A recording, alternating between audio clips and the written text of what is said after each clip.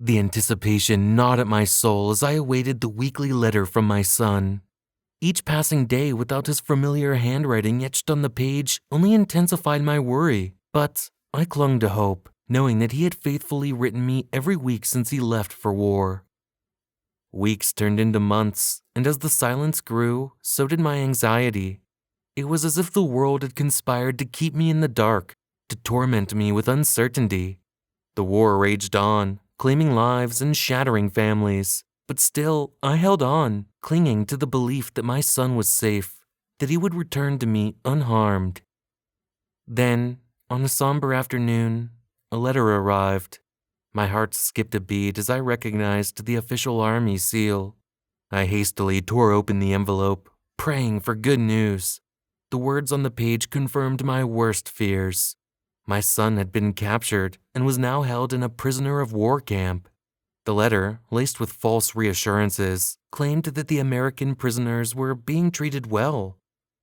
Relief mingled with trepidation. The fear of the unknown gripped me, for my son's fate was now at the mercy of his captors. Days turned into weeks once again, and the weight of those unanswered moments pressed heavily on my shoulders. Finally, another letter arrived. Trembling hands unfolded the pages, eager for any word from my son. The content of the letter seemed ordinary, filled with assurances of his well-being and hopes for a swift release. But, nestled within the lines, hidden like a secret coded message, was a mention of someone named Little Teddy. Confusion washed over me as I racked my brain, trying to recall any mention of this name in my son's previous letters, but there was none. Who was Little Teddy, and why was my son referencing him? The mystery deepened, fueling a mix of curiosity and unease. It was then that my eyes fell upon it. The stamp. A seemingly innocent picture of a little boy clutching his beloved teddy bear. Confusion washed over me, for its significance eluded my understanding. Yet, despite my bewilderment, a sense of foreboding compelled me to cautiously detach the stamp from the envelope. Carefully, I examined the back of the stamp, its delicate surface trembling in my trembling hands. As I held the small piece of paper, a chill ran down my spine, gripping me with unimaginable horror. The reassurances, the glimmers of hope that had sustained me, shattered like fragile glass, leaving nothing but jagged shards of despair. And there, written on that small sticker, were the words that completely shattered my world. They've cut off my legs. I woke up in a cold sweat, the remnants of a nightmare clinging to my consciousness. It was a recurring dream, one that had plagued me since I was a child. In the darkness of my room, I tried to shake off the lingering unease, but something felt different this time. There was a heaviness in the air, a palpable sense of foreboding. As I lay there, my mind drifted back to that fateful day when my life changed forever. I was 12, riding my bike along the quiet suburban streets, when a drunk driver careened into me. The impact was brutal, splitting my head open and shattering bones throughout my body. For 4 days, I teetered on the edge of life and death, trapped in a realm between the living and the departed. During those agonizing days, I could faintly hear my parents' tearful goodbyes, their voices filled with regret and sorrow. But I wasn't truly present with them. I was somewhere else, in the in-between. It was a desolate and formless place, shrouded in an impenetrable darkness and bone-chilling cold. Time seemed to stretch infinitely, and the only company I had was the deafening silence. And then, in that eerie void, I heard him. The voice that would haunt my thoughts for years to come. "My child is lost," he whispered, his words both soothing and unsettling. When I finally emerged from the clutches of death, my eyes fluttered open to the sterile hospital room, tears streaming down my mother's face. I tried to communicate, to convey the profound experience I had endured, but the words failed me. All I could manage were fragmented whispers of, "He's real," a desperate attempt to convey the truth that had consumed me. From that moment on, my faith was unwavering. While my peers embarked on their academic journeys, exploring religious studies from an intellectual standpoint, I knew deep within my soul that there was a God. It didn't matter which religious doctrine was correct. What mattered was the certainty that the divine presence existed, for I had walked in his kingdom and returned. Years later, as I sat in a lecture hall for my religious studies degree, my mind was filled with conviction. I had chosen a controversial dissertation topic, proving that God is real. My professor, Professor Alcott, expressed his concerns, explaining that faith couldn't be subjected to empirical proof. But I was resolute. I would provide evidence, more than mere personal anecdotes. I had a chance to make my truth known. With a newfound passion, I delved into my research, exploring different religious beliefs and their historical foundations. But it wasn't until I stumbled upon a peculiar connection that everything fell into place. Mold, a seemingly innocuous presence in my life, held the key to my revelation. Mold, like fungus, thrived in darkness and moisture. It was everywhere, lurking unseen in the very air we breathe. The in-between, the dark realm I had experienced, had been saturated with dampness, and so I formulated a hypothesis. Could mold, this ubiquitous fungus, be the physical manifestation of a divine presence? I embarked on a bold experiment, collecting samples of mold and nurturing them in a mason jar. I spoke to them, silently pleading for a sign, for undeniable proof. And then it happened. The jar shattered, releasing an otherworldly presence. The mold spread across my desk, its tendrils reaching out like a grotesque hand. I was paralyzed by both fear and awe, unable to bring myself to clean it up. Days turned into nights as I observed the mold's growth, documenting its progress in my notebook. But then, one morning, it vanished without a trace. An unsettling feeling washed over me, a primal instinct warning me that something was amiss. And that's when I saw it, a silhouette in the darkness, a shape that shouldn't be there. I stared at it, hoping it was a figment of my imagination, but as it twitched and moved, I knew it was real. The voice, cold and inhuman, filled the room, whispering the words, "If one exists, then so does the other." A surge of terror coursed through my veins as I turned on the light, yet the unearthly figure remained, standing on twisted, unnatural legs. It lacked eyes, but I could feel its gaze piercing my soul. It moved towards me, an abomination defying logic and reason. In that moment, I realized that my quest to prove the existence of God had unleashed something far more sinister. I tried to convince myself it was a hallucination, a trick of the mind, but deep down, I knew the truth. The balance had been disrupted, and this grotesque entity was on the other side of the coin, the darkness that coexists with divinity. I had set it free, and now it roamed the world, taking on various forms, haunting the shadows. Every corner, every odd shadow seemed to hold its presence. It was a constant reminder that I had peered into the abyss and brought forth something beyond comprehension. I had unlocked a secret that should have remained hidden. Now, as I write this account, my words tremble with fear. I share my story as a warning to others, a cautionary tale of the dangers that lie within the search for absolute truth. Be wary of what you seek, for sometimes the answers we find can open doors to realms best left undisturbed. If one exists, so does the other, forever locked in a fragile balance, a balance that I inadvertently shattered. I've always cherished my alone time at home. It's my sanctuary, a place where I can unwind and escape from the chaos of the outside world. But one fateful night, the tranquility I usually found within those four walls turned into a nightmare I couldn't escape. It started like any other evening. The house was peaceful, and I relished the solitude. I curled up on the couch, ready to lose myself in a movie marathon. The flickering light from the TV and the cozy warmth of my blanket made me feel safe and secure. As the night wore on, however, a subtle unease began to creep up on me. It was as if the familiar creaks and groans of the house were becoming something more sinister. I shook off the nagging feeling, attributing it to my overactive imagination. But the uneasiness persisted, refusing to be dismissed. Every little sound amplified my anxiety. The gentle ticking of the clock seemed to echo through the empty rooms, and the occasional gust of wind rattled the windows as if something unseen was trying to get in. As I settled into bed, hoping to find solace in sleep, the house seemed to come alive.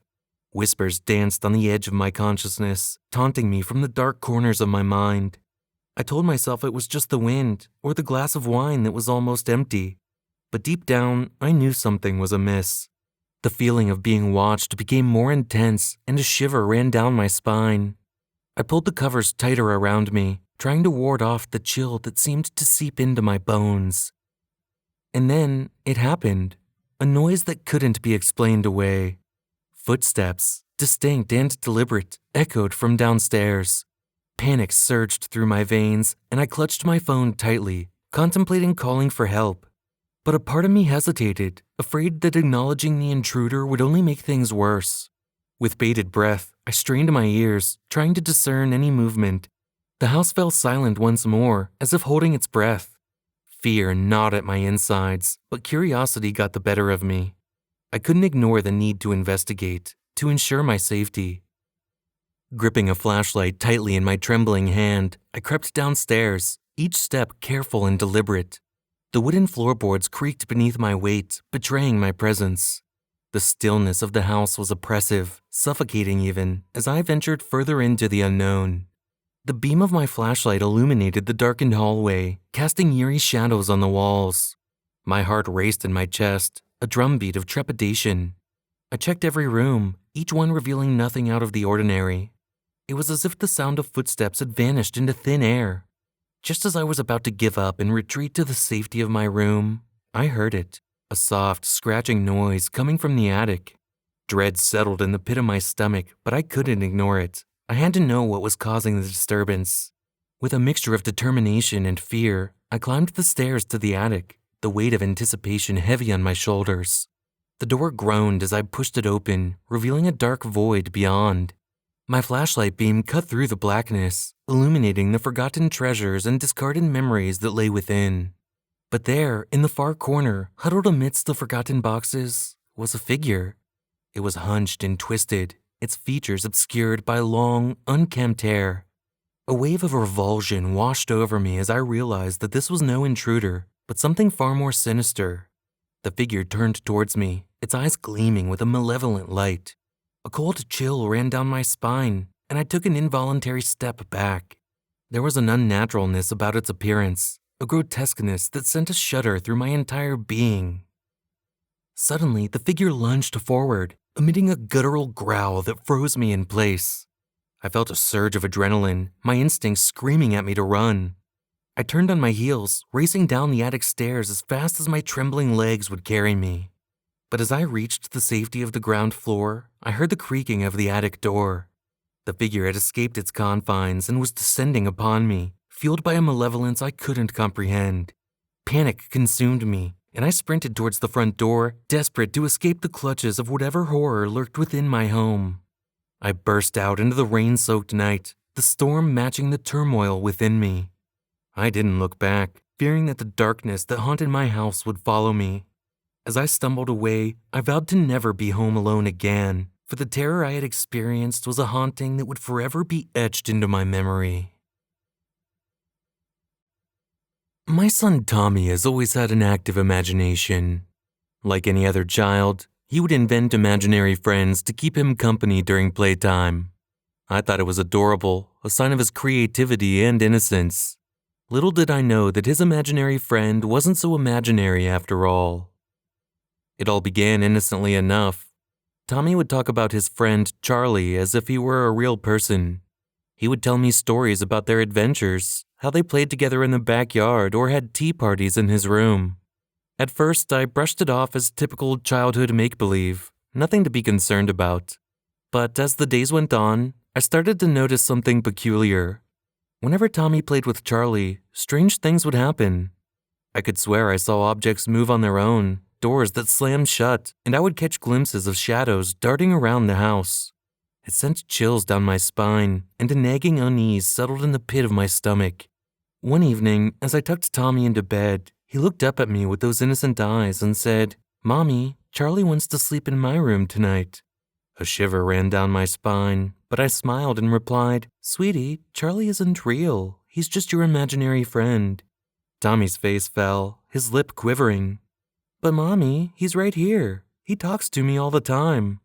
I tried to reassure him, to convince him that it was all just a game, but deep down, I couldn't shake the feeling that there was something more to Charlie than met the eye. That night, as I lay in bed, the house was enveloped in an unnatural silence. It was as if the air itself held its breath, waiting for something to happen. As I drifted off to sleep, I was jolted awake by a blood-curdling scream. It was Tommy, his terrified cries echoing through the hallway. I rushed to his room, my heart pounding in my chest. What I saw froze me in my tracks. Tommy was huddled in the corner of his room, tears streaming down his face, but it wasn't his fear that gripped me. It was the sight of Charlie. Standing beside Tommy's bed was a shadowy figure, its features indistinct and malevolent. The room felt charged with an otherworldly presence, and a chill permeated the air. I mustered every ounce of courage within me and stepped forward, my voice shaking. "Who are you? What do you want with my child?"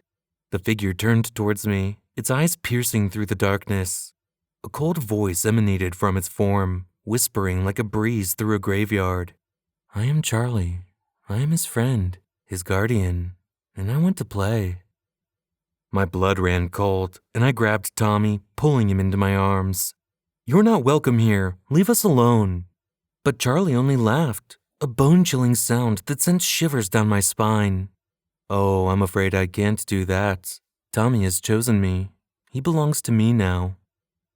Fear and anger coursed through my veins as I confronted this malevolent entity. I refused to let it take hold of my child.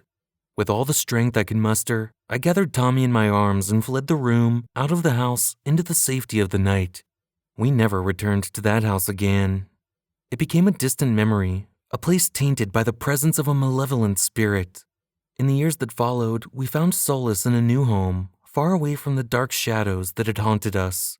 Tommy's encounters with Charlie became nothing more than a haunting memory, a story we whispered in hushed voices on stormy nights. But deep down, I knew that some things can never truly be forgotten. And though we moved on, I couldn't help but wonder if Charlie still lurked in the shadows, waiting for another unsuspecting child to cross his path. I was kidnapped by my father when I was 5 years old, and I can barely remember the experience. My mother has told me about it only twice. Once when I had asked about my father during a Father's Day event at my school where you were supposed to spend the whole day with your dad, and I was basically the only kid in school without one. The second time was more recently, but this time she showed me something that chilled me to the bone. Let me go back to the beginning and explain the story a bit more before I tell you what she showed me. When I was 3 years old, my mother claims that my father had cheated on her. They'd been married for over 9 years at this point, so my mother was heartbroken to find out. She says that my father tried to convince her that they could work past it. My mother, on the other hand, saw this as being the end of their relationship.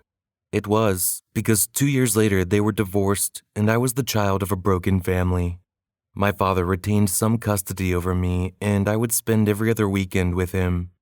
According to my mother, this arrangement didn't last long. My father lost his job and his apartment.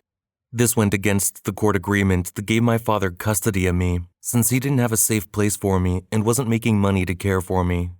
So my mother revisited the courts and got my father's custody rights suspended. Instead, he now had visiting rights. My mother says that my father had expressed his dislike of the whole situation constantly, but whenever he was around me, he was just the perfect dad. Again, I can barely remember this part of my life. I don't know if I suppressed the memories. The most consistent memory I have of my father is going for ice cream, watching movies, and eating pizza, which my mother has told me was one thing we used to do on Saturdays. Now, it was during my 5th birthday party that my father finally decided to do something about the situation that he disliked so much. My mother told me that my father had never missed one of my birthdays and that she wasn't about to get in the way. His visitation rights only meant he could come visit me at home every second Sunday, but my mother had invited him to my 5th birthday party that Sunday. That was the day I was kidnapped. After I opened up all my birthday gifts and we cut the cake, I just vanished. Now, my father was still at the birthday party. He and my mother were talking in the kitchen before one of my friends ran in to ask where I was. They had wanted to play with one of my new toys, but they couldn't find me. My mother said she didn't panic at first because I had a history of hiding whenever I felt overwhelmed or if something upset me. So she simply searched the house, calmly checking all of my usual hiding spots. It wasn't until she couldn't find me in any of those hiding spots and several minutes of calling for me and receiving no answer that my mother started panicking. My mother has said many times how well my father played the role. He was so worried. He hopped in his truck and drove around the neighborhood, calling for me out the open window. He went and knocked on all the neighbors' doors to ask if they'd seen me. Eventually, they called the police and reported me missing. I was missing for over 3 days, and absolutely no one knew what had happened to me. There were no suspects. The original theory was that I had just wandered down the street while no one was looking, and that either someone had grabbed me out of opportunity or that I was simply lost. This is where we get back to the thing that my mother wanted to show me. Now, she never told me exactly how they found out that my father had kidnapped me or how they found me. They just did.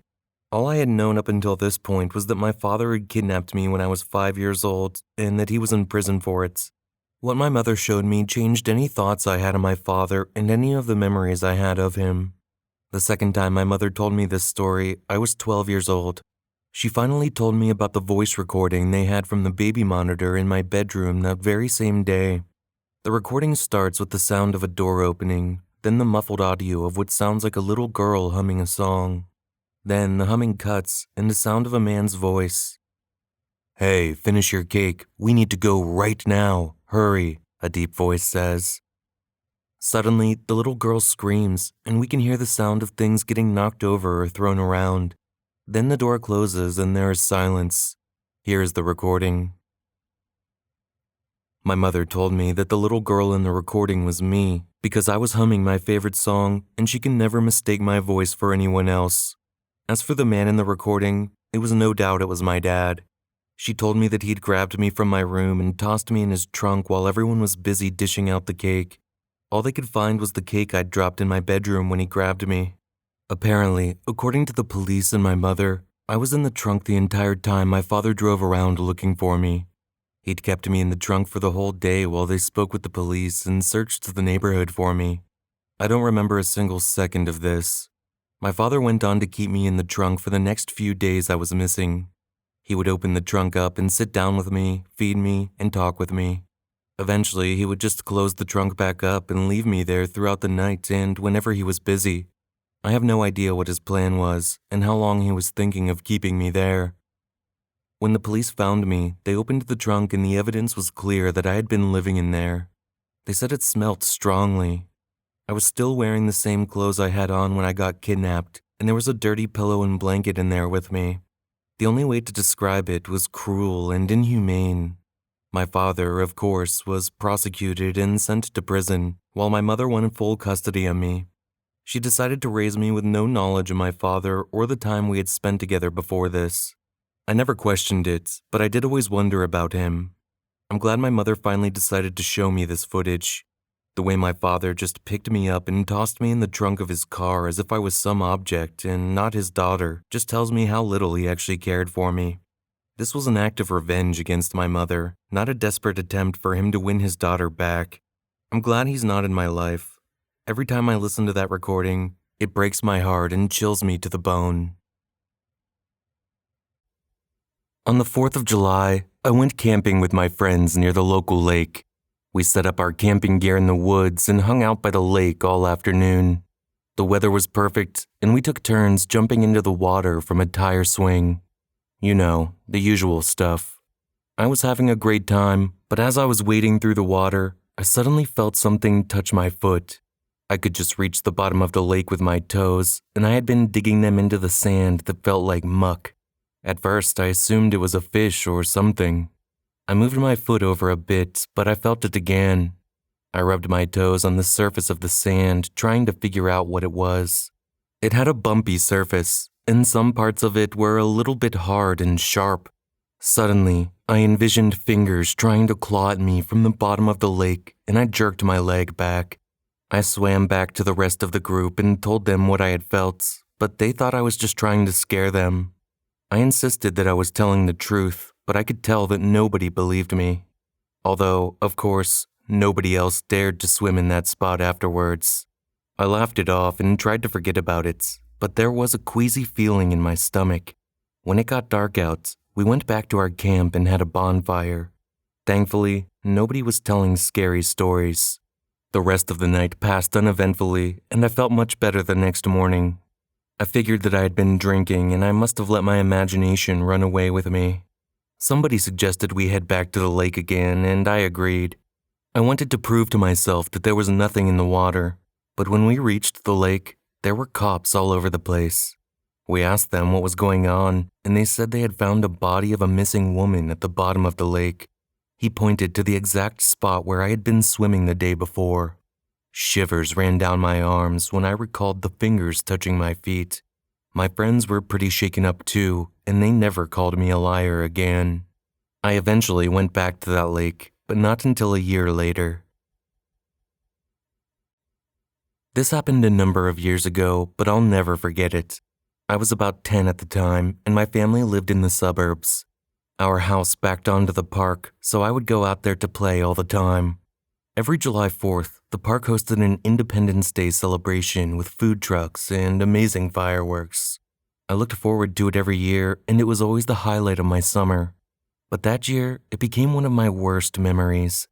As I walked through the families settling down on the grass with their lawn chairs and picnic blankets, looking around for my friends, I noticed an elderly man sitting by himself off to the side.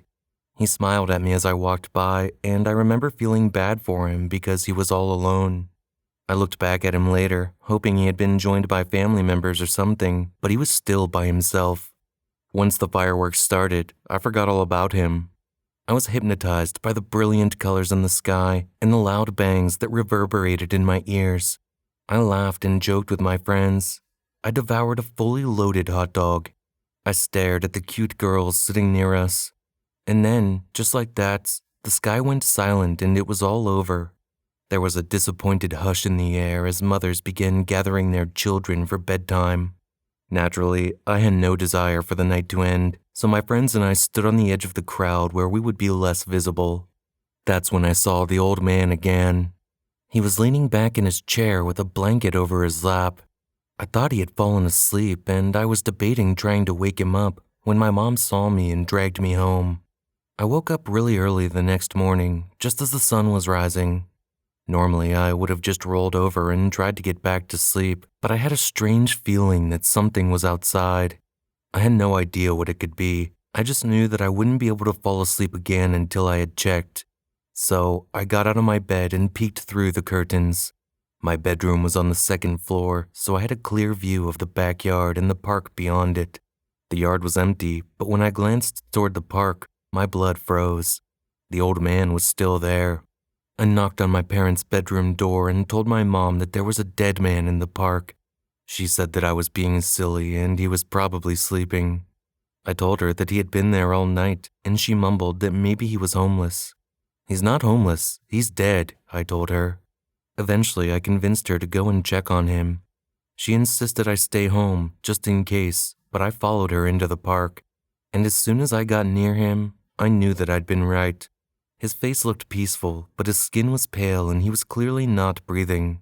When the paramedics arrived, they concluded that he'd had a heart attack and died on the spot. Now, every 4th of July as I watched the fireworks, I imagine what it must have been like for that man. Did he realize he was dying? Did he try to call out for help? He had been surrounded by people, and yet he couldn't have been more alone. I live out in the country, so I don't interact that much with my neighbors. I know who they are and I wave to them if I'm driving or walking past, but that's the extent of our interaction. One night while I was in bed, I heard fireworks going off at my neighbor's house. It was July 4th, so that wasn't unexpected, but it was about 4 o'clock in the morning and I was a little pissed that they were still celebrating. I was debating whether to trek over there and tell them to shut it. But as I was thinking about leaving the comfort of my bed, the fireworks stopped. I thought it was kind of weird that they had only set off like 2 fireworks, but I was thankful for the peace and quiet. I figured maybe they had set them off by accident, and I was glad I hadn't bothered to get out of bed. I was even more glad the next day when I found out what I had really heard. Apparently, the bangs I heard in the early hours of the morning were gunshots. One of my neighbor's friends went to visit them later that day and found the couple dead in their bed. Nothing had been stolen and there was no trace of the killer. To this day, their murders remain a mystery, and I can't help but think what could have happened if I had gone over there. If I arrived while the killer was there, would I have been shot too? Or would I have gone outside just as the killer was leaving and caught a look at their license plate? Honestly, it could have gone either way, but one thing I know is that I couldn't have saved my neighbors. They died instantly, probably never knowing what hit them. There have been some theories about who the killer was, but none of them have been proven. Some people think it was their estranged son who was triggered by something and came back to the family home to kill his parents. But I saw the son at the funeral, and his grief seemed real to me. Another theory is that it was a burglary and the killer got spooked before they could actually steal anything. That one seems pretty unlikely to me. Whoever it was, I hope they receive justice, either in this life or the next. Like I said, I don't know my neighbors that well, but they seemed like good people. They didn't deserve what happened to them.